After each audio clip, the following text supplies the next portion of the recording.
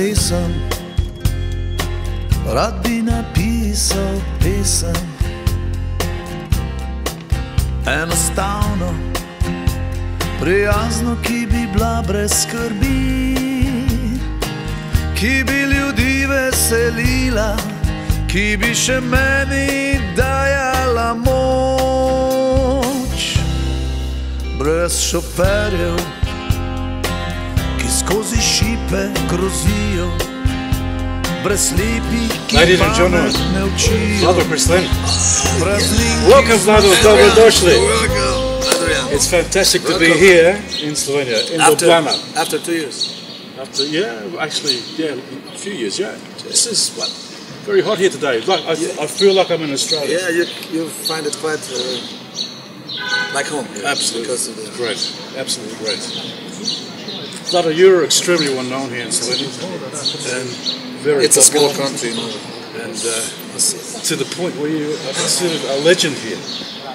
Everyone knows your songs. I remember going to Puran there one day, one evening, a few summers ago, Oh, yeah. and you were singing it there in the square. Oh, yeah. Everyone was singing You've along. been there, yes. That was just fantastic. Yeah. Nice summer night. So, Vlado, where were you born and where did you begin playing music? I was born up northeast, on close to Hungarian, actually Austrian-Hungarian border, the region which is called Prekmuri, Flatlands, River Mura. My songs, if you have to sing about this Mura. Life up there is a little bit different than here. It's like life in Flatlands is, you know, a little bit slower, a little bit easier. Like I say, we are in between Croatia, Austria, Hungary. Our music is mixed with all this stuff, you know. Yeah. We are even closer to Middle Europe. But Ljubljana has a great position. Ljubljana is in the middle. South is Mediterranean, actually. Balkans also south, up there, Alps, Yeah. then this, what I say, that's.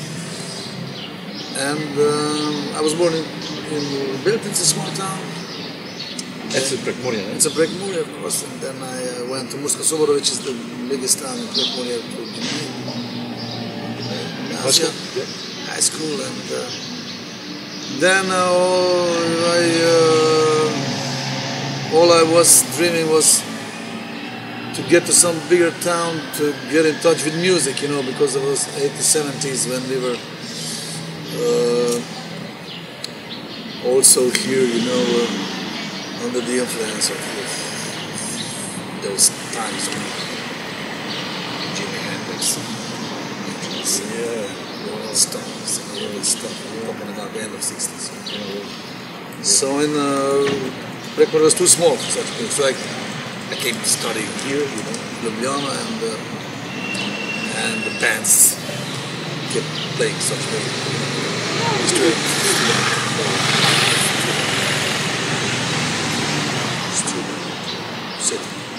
Yeah. So why did you choose music as a career? I didn't choose that. I was inhabited by it. It was in me, you know. But I didn't choose. I've chosen different careers. First I went studying economy, you know. Then I pulled it off because managing all this stuff wasn't for me, and the way I found out that to be an economist is just not me. Yeah. So I thought maybe I should go study something which is the easiest way of staying in Ljubljana, you know. Or something more creative rather than something logical. Yeah, I mean something more easy, let's be frank, you know. And easy was for me German and English language. So I went to Filozofska fakulteta, I studied these two languages, and then I was a teacher. Oh, really? I was a teacher, and then I was a few years a teacher, and then I was actually working on a national radio station in an education department, working with younger journalists. And then, after a long time, back in, I don't know, 94, 95, 94, I guess, 93 probably, I split with my, my job in the office. Yeah. Became a professional musician. So quite late, when I was 40, something like that. Okay. You play guitar. Why did you pick that particular instrument? Or did the instrument pick you? Yeah. One of my songs, maybe most important, it's even being covered by the group Walkabouts from the United States. It was Peter Buck and guys from R.E.M. with whom I played once. They found that song and recommended it to another band from Seattle, which are Walkabouts. They did a cover. This is also maybe the most important song, one of them in Slovenia. And it sings about the first guitar my father bought back in 1946 for his first pay. Is this a true story? Yeah, sure. True story? I mean, the biggest stories are true. Yeah. You know that. And well, he brought that guitar home, and they had a jazz band. They played it because it was quite soon after the war, and then the local gypsies musicians, heard about that guitar, how it is great, how it is not self-made, which their instruments always were self-made. Yeah. And he borrowed the guitar all the time, borrowing, and then I don't know, after 30 years, I came into one restaurant back home in local pub, and their nephews, grandchildren were playing there. They asked me, "Do you still have that guitar?" Whole song is about how they keep on asking, "Do you still have that guitar?" So this guitar was probably, laying around in the house. Stop playing. Yeah. But actually, my first band was the drum. Oh yeah. Yeah. Then I changed. Your singing voice is unique and instantly recognisable. One international commentator said to the effect that your voice is the greatest rock voice the international market has probably never heard of. How do you feel when you get comments like that? Oh, not bad. But Not bad? Not bad.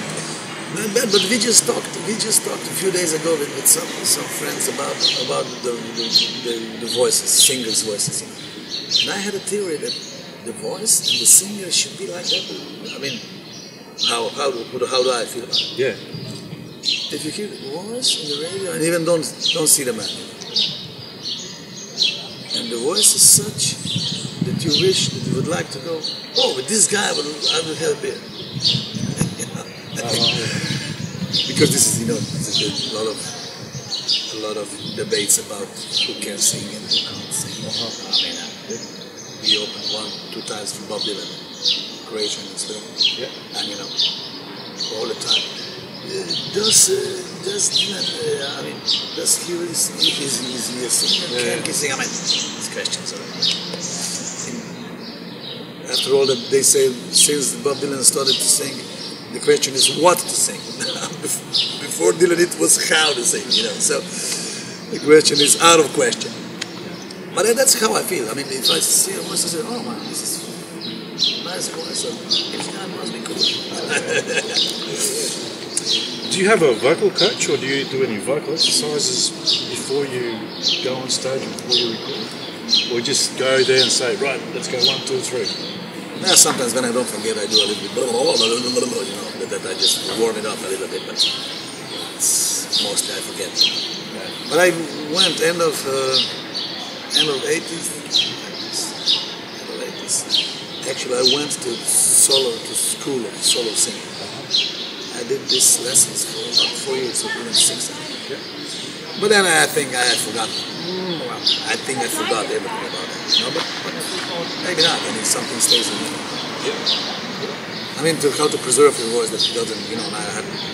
Last night I had a big gig in Maribor. The day before last night I had a big gig in Vatovec, which is the biggest rock open air festival. Yeah. And we were really. So How do you look after your voice? I don't really look. I try to avoid to drink red wine before the concert, because red wine is bad, or even white is. So, but we drink it after the concert, so it's not a problem. Yeah, great. Your songs are emotive and carry a lot of meaning. What influence does the Prikmurje region of Slovenia have on your songwriting? I don't know. Maybe when I said about that river, who's slow and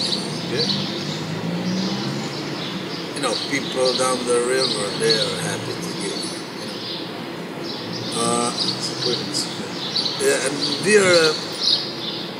They say, people from Ljubljana, people from Alps, and here, all the rest of the people for us who come from up there, that we are melancholy people.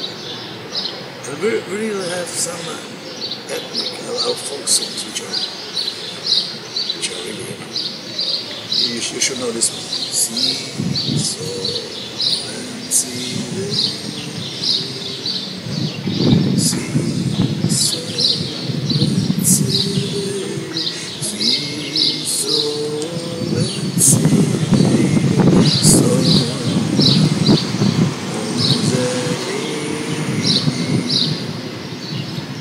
All the rest on the graveyard are dead, all the flowers, because they are dead, because they are there for months or something. Just the ones on your grave are still green because I put them in my hand tears.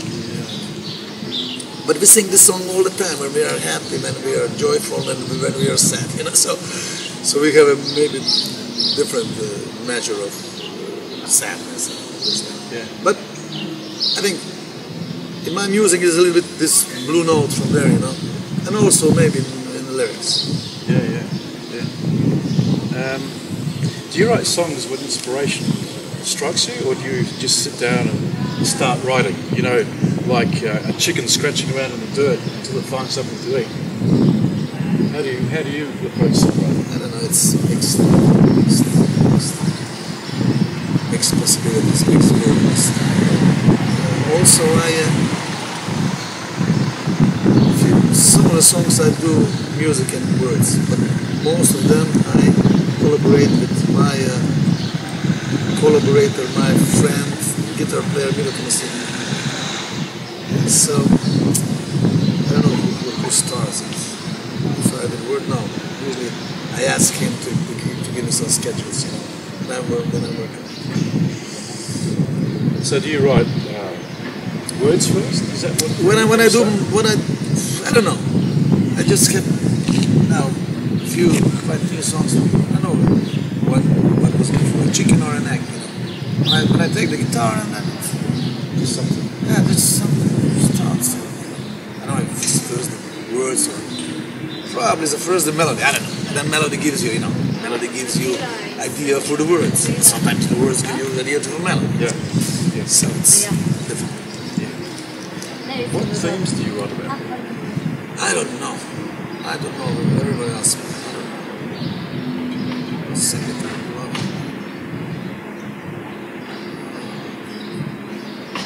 From the last LP. It's let's see. This one? Yeah. Yes. Well, that's the river I told you about. This is Mura. Yep. And first song is Drevoret. Drevoret in English there is no actual word, I think. No. Wrong. Drevoret is a alley of trees. And in this first song, which is my wife doesn't want to listen to it because she said you have written it for your funeral. It's really, it says about how I will stand at the end of the alley. I don't say when and where. And I've been waiting for you. I will wave to white horses and the hands which caressed me, to words who was good with me. It's about, but it's, you know what it's all about. The second one is Brave New World. It's about a little bit cynical about the political situation in Slovenia and all this stuff. Then one And a person is about how there are still a few people who are you happy to meet. It's, when you have birthday and then you start thinking who will you invite to do your birthday. Sometimes you have problems. It's maybe sometimes two hands are too much for sometimes. Yeah. Then there's some humor in some of them. Even one song is we did for my father singing one old Russian song which he heard in a Russian camp when he was captured as a forced German soldier. They were captured and the Cossacks, who were collaborators before execution. They were singing their songs. Cossacks, the musicians all over Wiener. 60 years he remembered that song. 2 years ago he sang and I said, "What are you singing? What's that?" I just saw the tear in his eye and he says, "Oh, I can see them. They were as old as me, 60 years old." And I wrote him the words and recorded it. Tam dalec stan, far, far away, where the steppe, where the land kisses the sky, the heaven. That's where I would love to be once again, because that's where my home is. Some are romantic, nostalgic, some like that. Yeah, that's good.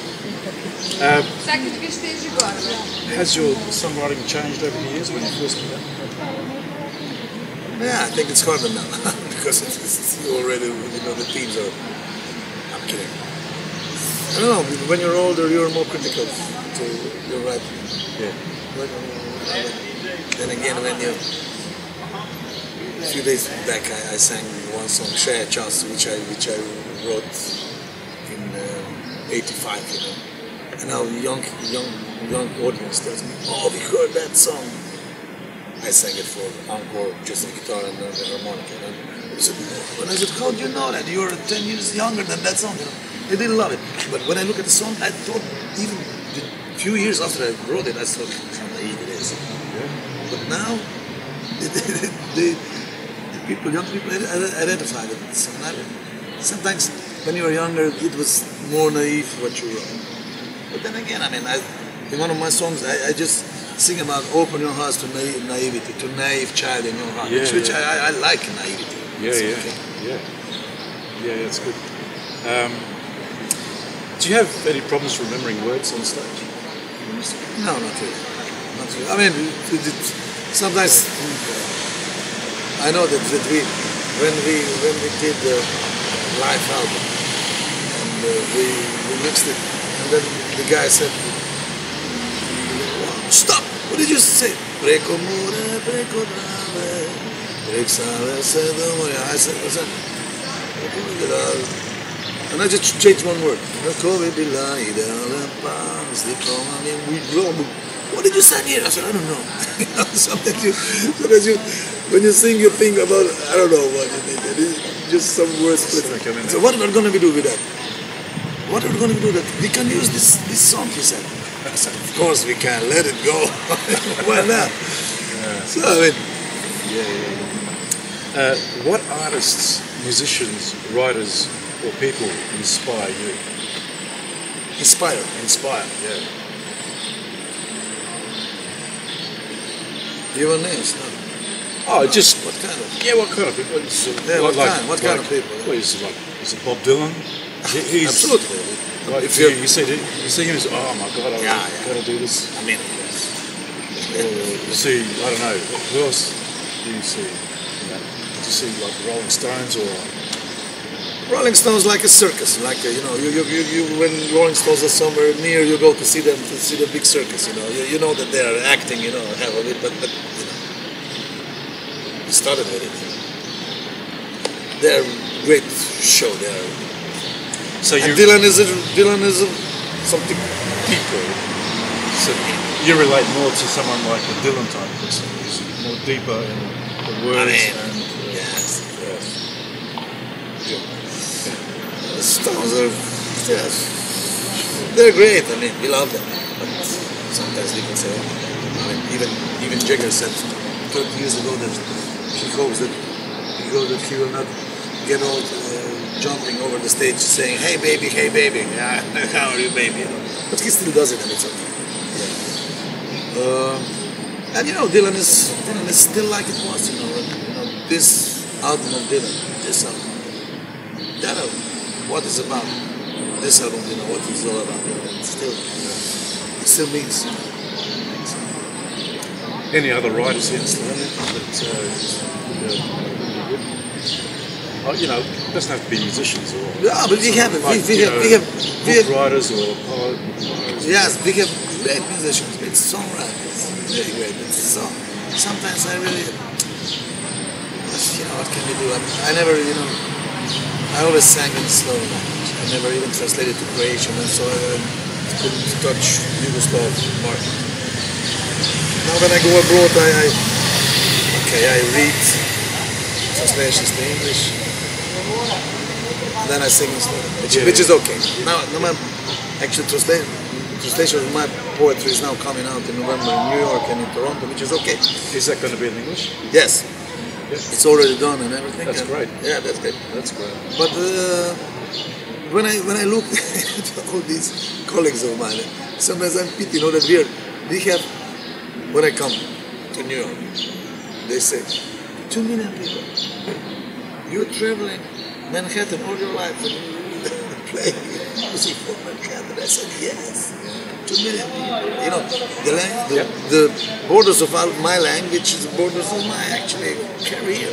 So, I must say that. And all of my colleagues who did not really want to lie about it. People also lie about it straight. Lie about it all the time. When they started, they sang in English. You know, they really wanted to go out.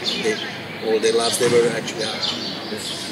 So they made this Faustic collaboration with Devil, you know, they really went out. We stayed here, we wanted to spread our words in our language. You have two bands, Mali Bogovi, which means small dogs, yes, and Baltinska Banda. Why do you have two bands? Well, when I had a band for Martin Kirpan. Martin Kirpan is a legendary hero from our literature. And after we had a gig with Bob Dylan, we split. We said that's heaven, that's sky. And then I went on by myself, and I needed a band supporting me. And I just to let know that there are some people from that band. I took the name of one song, which is Little Gods, which is quite a political song. It was very, very realistic in 80s, under the regime which was before socialistic, and now it's again very actual. Yeah. But at the same time, I got in touch with the old folk musicians from my hometown, from Prague, which sang all these sad songs and Middle European songs, all these forbidden songs like Gloomy Sunday, which is an old Hungarian song, which that was forbidden in Middle Europe because of the people killing themselves. Suicide. But this song is so very strong. And Lily Marlens and all this stuff they sang, and then I get in touch with them because they're from my country. We were working for Green Movement in the 80s, and a friend of mine, we need a band to play on meetings and for Greens. So I started working with them, and everybody said, "What's that? It's really fun. How do they play this folk music? It's not sure they shouldn't be playing like that." Some of the scholars. And then after 2 years, we filled Križanke, which is the most beautiful auditorium right here where we sit. Yeah. We filled Križanke, we filled National Concert Hall. It was recorded in Spominčice, we recorded 2 albums. It became great music. I took these old guys, and then I took some younger guys, and then we made music which touched the rest of the country. The rest of the country didn't know that music from out there, from Breakman, you know. Oh, look, cymbals, hammer dulcimer, what is the instruments, all these violins, all these clarinets. Great. And so I mixed it slowly on these 20 years. So last night we had a gig. That was a Land Festival is 16. And it was my father and mother also singing. My father is 84 now. But the old guys, when we started, they were 95, 90 years old. They were like when I used the social club, but 10 years even before. And they played till the end, till they died. I read a great guys. I wrote a book about them. They were maestros of black humor. Everybody knew them. Everybody knew them in Prekmurje, but then afterwards, everybody knew them also in the rest of Slovenia. Everybody loved them. They were really they were camera loved them. They were great on every picture. It's 90 years, 95 years. They came on stage and we played Satisfaction. We played Passenger of Iggy Pop. And then next to that, we played Slovenia. You know, we played all over. That's great. That's great. That was really good. Yeah, that's really good. So that Vatovec banda is folk side, and Mali Bogovi is it's more urban, more pop rock, ethno rock. So the mixture is. So when do you get all the musicians together, the two bands together? What type of songs do you use for that? What type of songs do you use when you get both the Mali Bogovi and the Vatovec banda together? What kind of music do you play when you get those two groups together? Well, sometimes they join us, a few of them join us in our songs. Yeah. Sometimes we join them in folk songs. We made some songs which are our songs, which are not folk songs, but playing them, all together, and few of the people think that they are folk songs, but they're not. Even it was written, so it's a folk song, and I had to call and said, oh, this is my song. Mr. Instead of Whom is the Flower in Bloom. It sounds like it's a folk song, but it's not. So, which is the biggest compliment for the song. Yeah. You've played many concerts. Is there any? Even in Australia, two tours I had. You have touring 2 times. Yes, I'll get to that in a minute. Which ones stand out to you as being special, great, or unbelievable? Any of those concerts that you've done over the years? You say, oh, that was just unbelievable. Yeah, this is different. This is so hard to say. I had it was a compliment for me, I don't know, from opening for Bob Dylan. It was a compliment for me when R.E.M. invited me on stage. I was, before the concert, we were drinking beer. I was standing behind the stage, and I said, come on, sing a song. Really, under 20,000 people. And I sang with them. It was a great compliment. But then on the other hand, it was a compliment when I came in Belgrade, where gypsies play on their boats, and I played with them.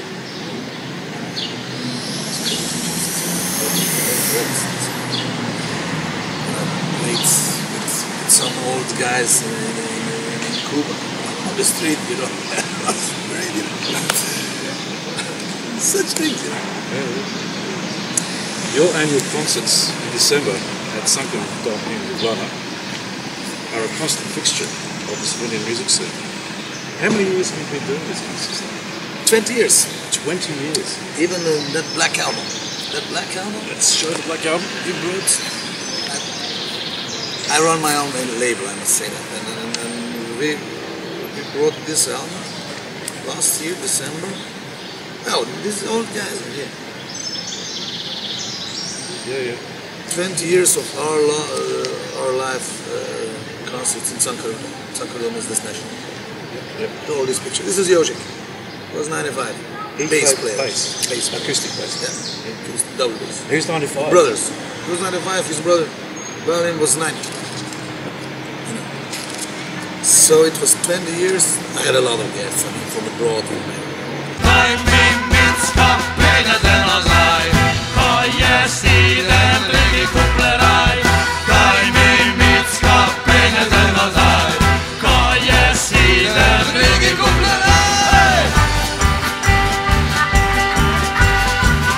I think it's up to 3 concerts you do now, is that right?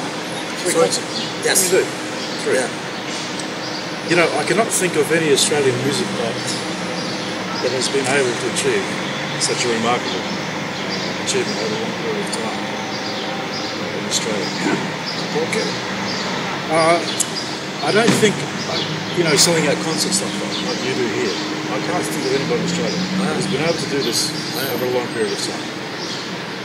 Why do you think your annual December concerts prove to be so successful? I don't know. Every concert for today sends the message to the next concert. If today the concert was good, people will come to the other concert. I mean, it's whatever PR and marketing, whatever you use doesn't work if this doesn't work. So maybe one of the reasons is that like I said before, that one of the headlines in newspaper was like that years ago. Someone wrote for ladies in fur and kids in jeans. That the review. For ladies in furs. And when we have this concert, and also in Križanka. Križanka we do August, same stuff. Yeah. And National Holiday we do the same. We really have the audience sitting next to ladies, old people, and the young kids. Maybe in a way that we play people for ladies in a way that attracts also young kids in jeans. And when we play Passenger with all these old guys, young ladies started to sing la la la la la, which they wouldn't if we came just one way. I don't think that we let not misunderstand this. I don't think we really calculate. You know, it's just the way it is. It's just organic. Yes, it is. Yeah. How many CDs have you released? I don't know, about 13, 14, something like that. Any favourite ones? Any favourite ones? Which one do you? I don't know. Or are they all like children who've got to treat them? Yes, I know that. Is this the answer? You know, yeah. Like fathers, the youngest ones we prefer. The youngest is the latest. So, no, I'm kidding. It's, different times of your life is connected with, you remember the people who were on it. Are you planning any new CD in the future? Yeah, no, I don't have real concrete plans, but yes, of course, I hope so. Where do you record your music? We used all the records we did actually in bigger studios years back. Yeah. In bigger studios, big stuff. The last two we did with garb, also he's a multi-instrumentalist, he's also solo act. And he's a producer then, he plays all his pianos and basses. So he has a small studio, which is a little smaller, but he has all genuine instruments, all acoustic, all the hands, all the stuff. And we lost 2 hours recording that. So you use a Slovenian production team? Yes. Also for mastering? What? Mastering? Yeah. Till now we did mostly it here. Yeah. Yes. Except that I got some. I don't know. I'm not sure for the next one because I found a good. I found a good connection. Some guy from Scotland, which everybody, the people from abroad tell me that he's quite good and Pretty good. and with a reasonable price and stuff. So maybe I'll try. But you know, maybe you should do it twice and then try it different. Do you have a favorite microphone you use for singing? Microphone. Yeah. I think Shure is still. Still go back to that. We try everything and then we go to this. What about for recording? For recording, yeah. Also? Even for recording. Oh, okay. Yes. Do you use emotional techniques to get into a certain mood before you record? For example, to get an aggressive sound, the members of AC/DC sit in a circle and swear at people they don't like. They feed off each other, and they build up such a mountain of aggression, and then they go off to record the song. Really? Yeah. Do you have some technique you use to get into a mood for a particular song? I don't have such angry songs. No, but now you reminded me when I recorded That Black Guitar, the song I told you about. Yeah. It was in '83 or something like that. And I was quite younger. And it is a song which needs, needs some patina, which, it's a song about true things, it's a true story. And I needed it. I still had small and tiny voice. So small. Lots of cigarettes before recording and drank a hell of a bottle of vodka, to get back, to really crack my voice, to break it down. And then it was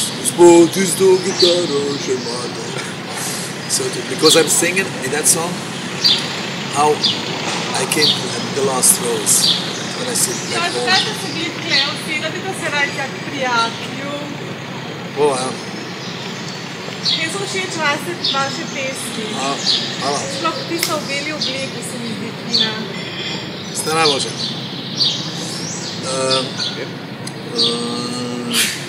Then I sing my songs under the tree, very big.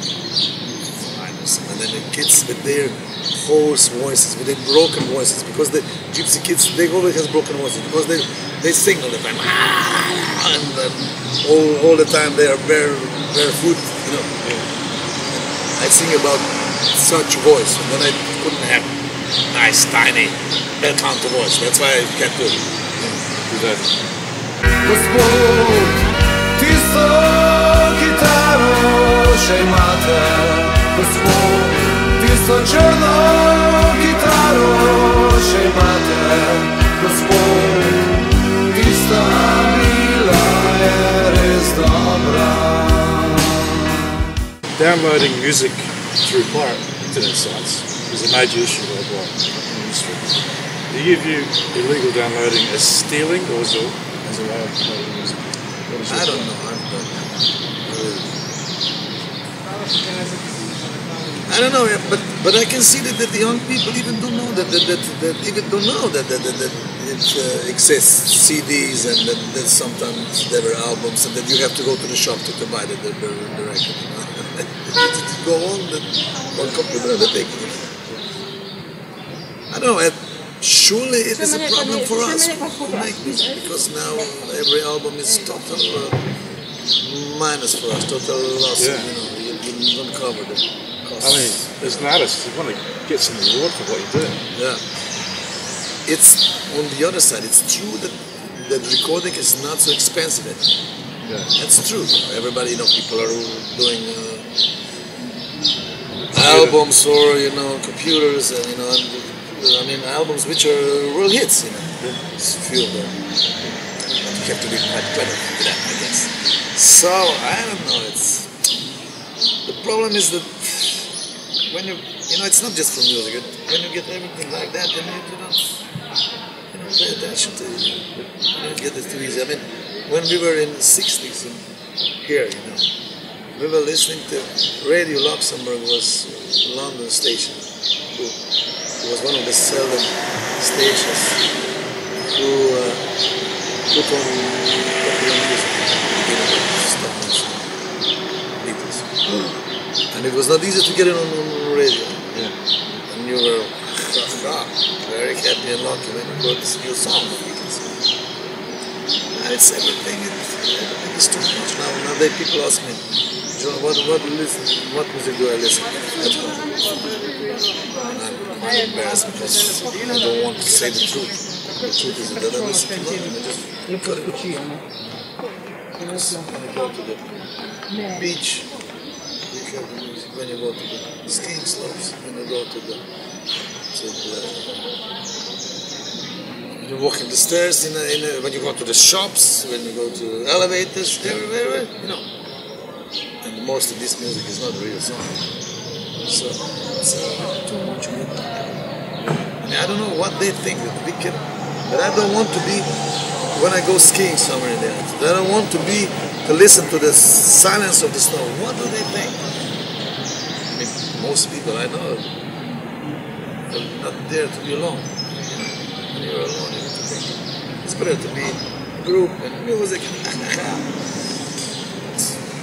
What do we do? What should we do? Us who want to be. What inspires you to keep writing and recording?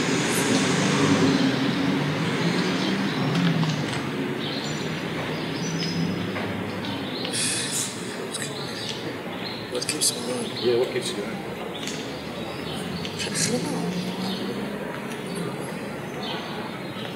I don't know,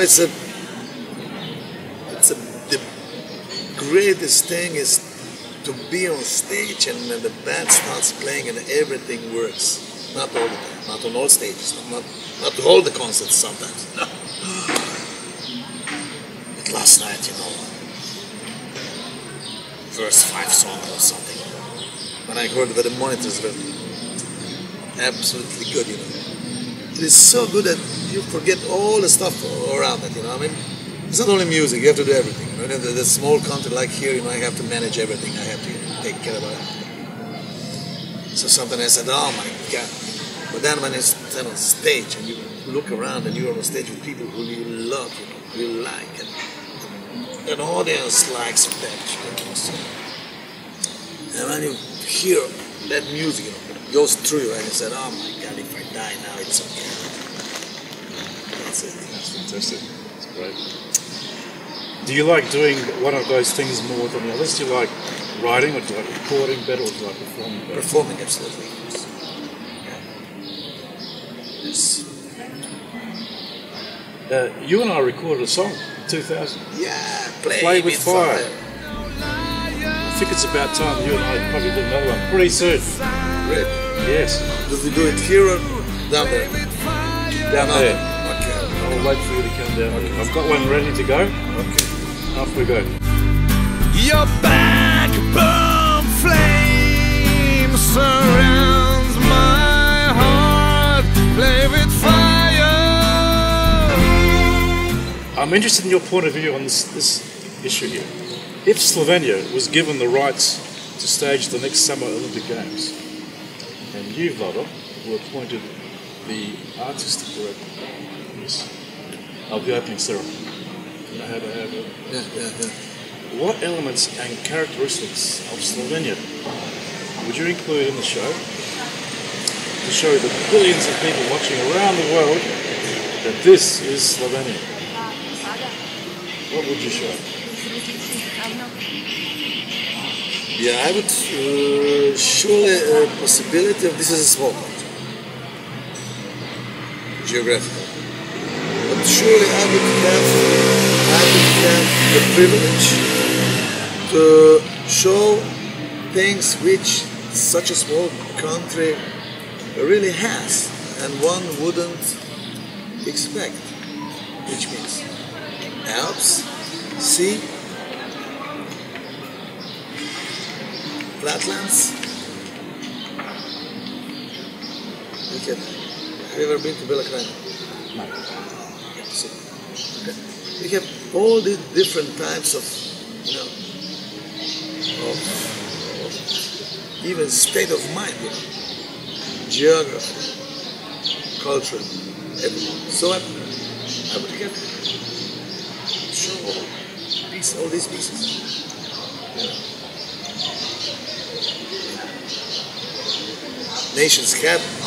Some nations have all this, but they're not so small. Here you really can ski, and in 1 hour you can swim in the sea. What about culturally, like music-wise? I mean, like now the London's beach. So and the opening ceremony is going to be people like Rolling Stones and really? Paul McCartney. Rolling Stones is there. Yeah, it's part of it. So what type of music would you include here?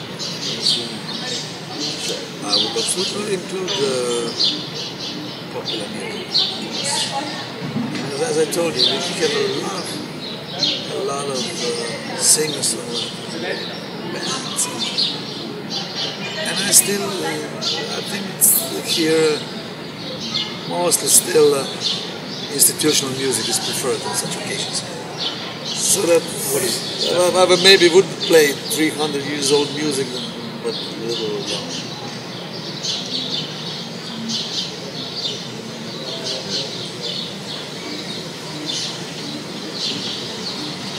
That's it. See you next time then. Vlado, the last time you were in Australia was in 2000 when you headlined the Victor Harbour Folk Festival. It would be fantastic to have you down there again. So the people can hear your great music. Vlado Kreslin, thank you very much for being here. Thank you.